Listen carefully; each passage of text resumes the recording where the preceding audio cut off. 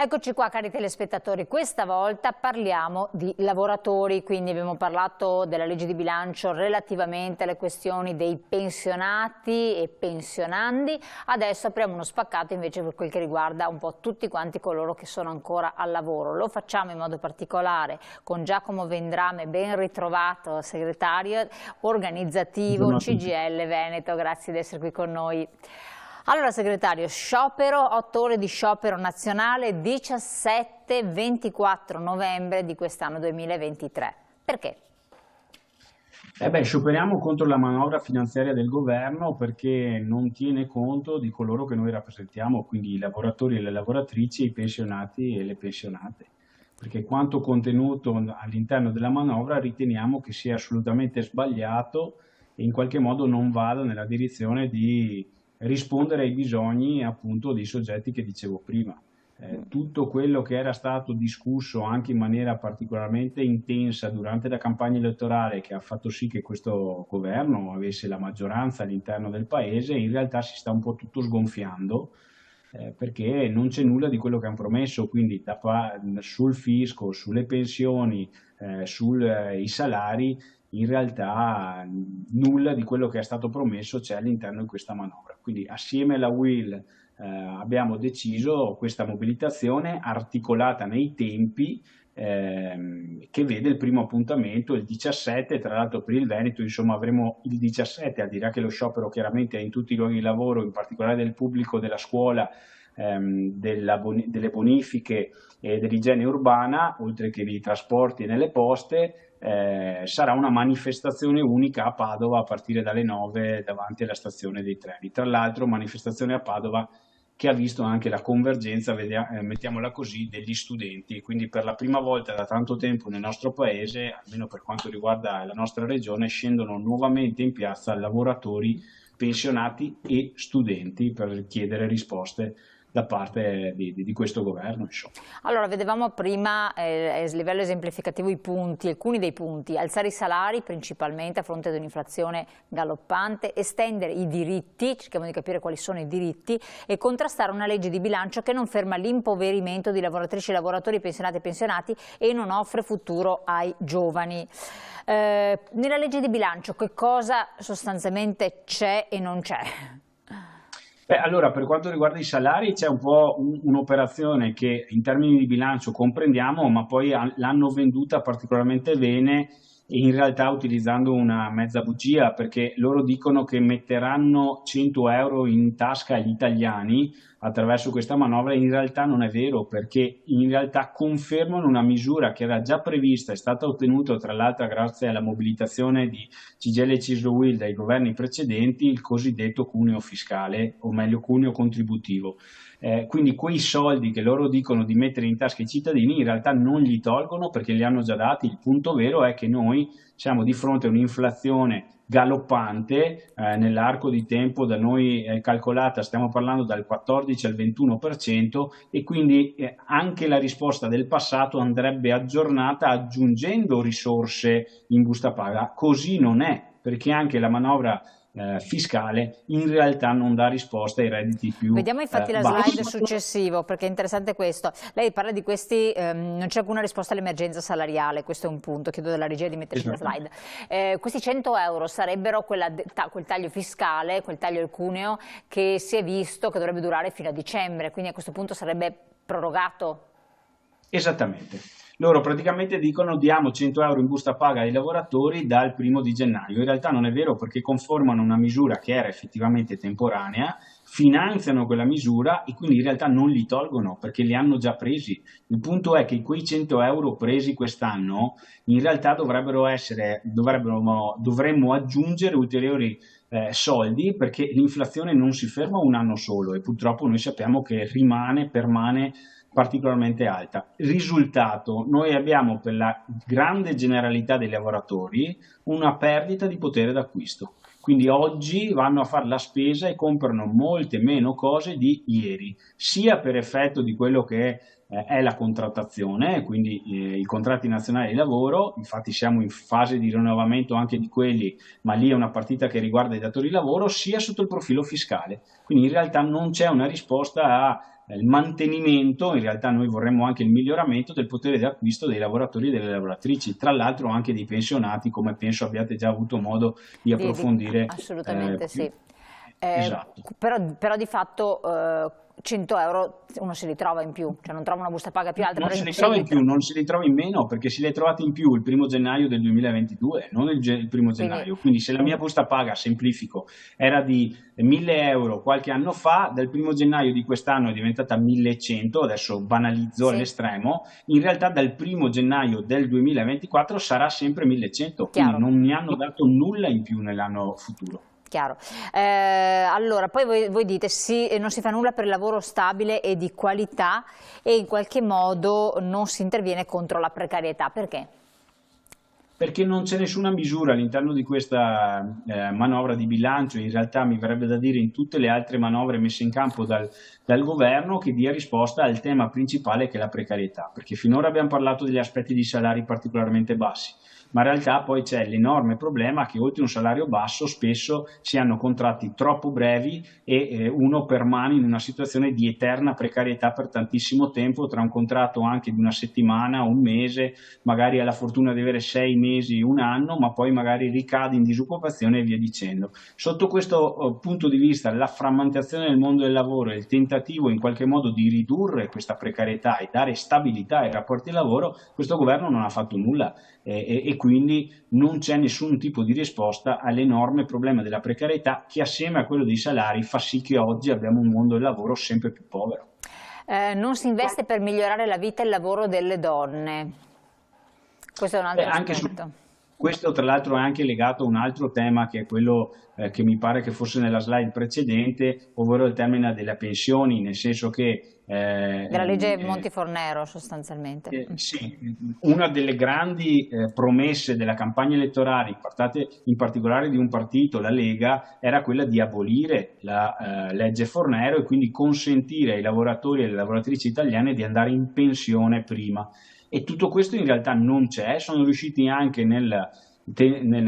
sono riusciti in qualche modo anche a peggiorarle la legge Fornero, perché sia APE sociale che opzione donna che altri provvedimenti che in qualche modo andavano a anticipare la possibilità di andare in pensione le persone, in realtà sono state abolite. E quindi oggi di fatto, o meglio dal 1° gennaio, le persone andranno in pensione, alcune persone che potevano andare in prima andranno in pensione dopo, quindi non solo non si è modificato nulla sulla riforma Fornero, ma in realtà stiamo ritardando il pensionamento di tutti. Questo incide in particolare, a proposito di donne, per coloro che avevano opzione donna, che era sicuramente un provvedimento non particolarmente ideale, perché dava una risposta assolutamente parziale, ma è pur sempre vero che rappresentava una via di uscita possibile rispetto a rimanere incastrate tra il non lavoro e la non pensione. Oggi purtroppo anche questa opzione non solo non è stata migliorata, ma è stata abrogata e quindi abbiamo tolto un'ulteriore uscita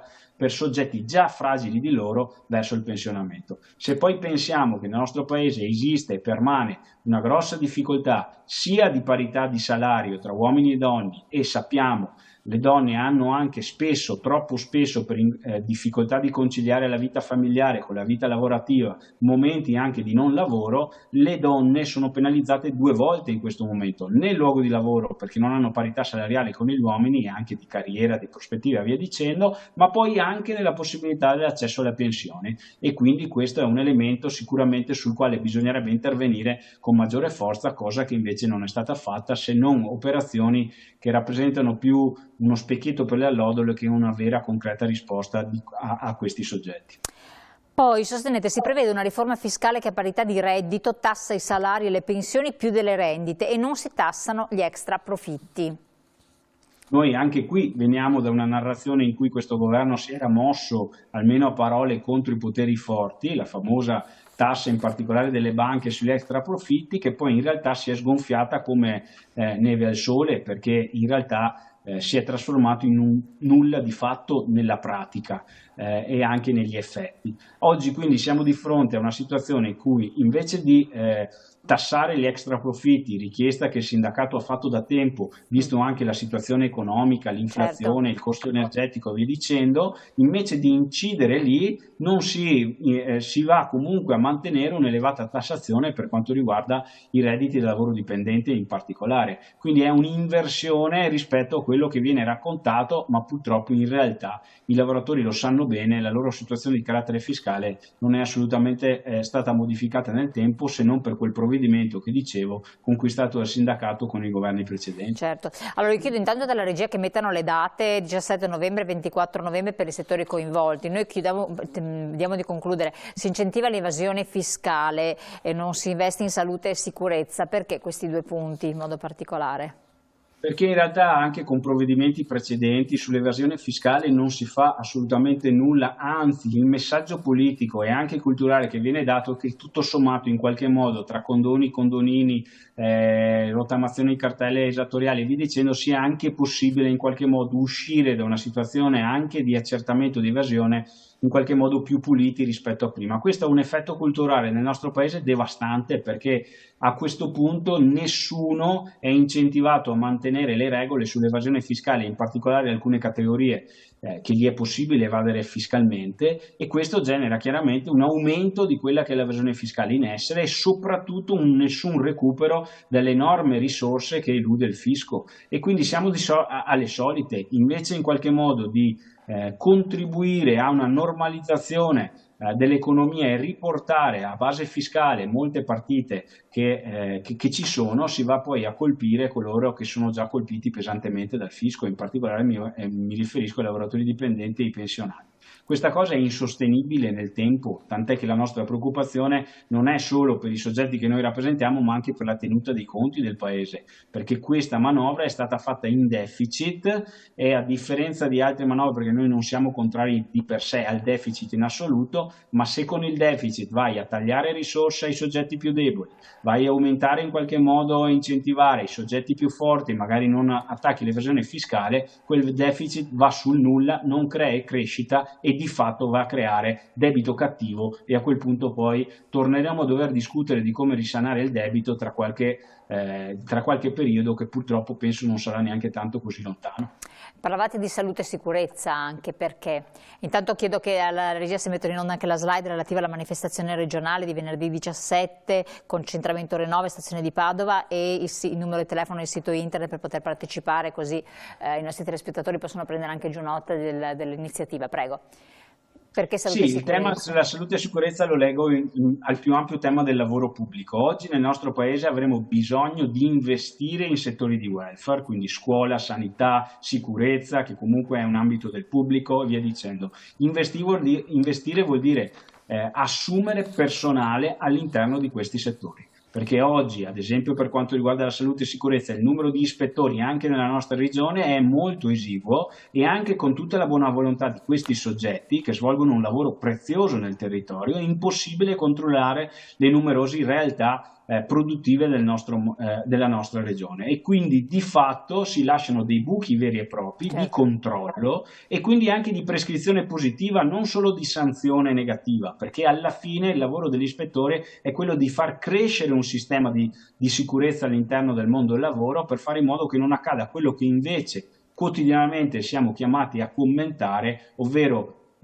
morti sul posto di lavoro, infortuni particolarmente gravi, per non dimenticarci un tema silenzioso in termini mediatici che sono le malattie professionali ma che incide pesantemente sulla vita concreta delle persone che lavorano e chiaramente che poi magari non riescono a godersi anche una meritata vecchiaia in pensione. Perfetto, siamo in chiusura, l'ultima battuta soltanto le chiedo, avrete un incontro col governo al di là di questa manifestazione, di questo sciopero, ce ne saranno altri? Rapidamente per un messaggio chiave per chi io mi auguro che ci siano incontri col governo e che non siano finti come quelli che sono avvenuti fino adesso, cioè che il governo capisca che serve dare risposta al mondo del lavoro andando nella direzione delle nostre proposte, quando dico nostre di CGIL e UIL, ma in realtà di tutto il mondo del lavoro e dei pensionati che rappresentiamo.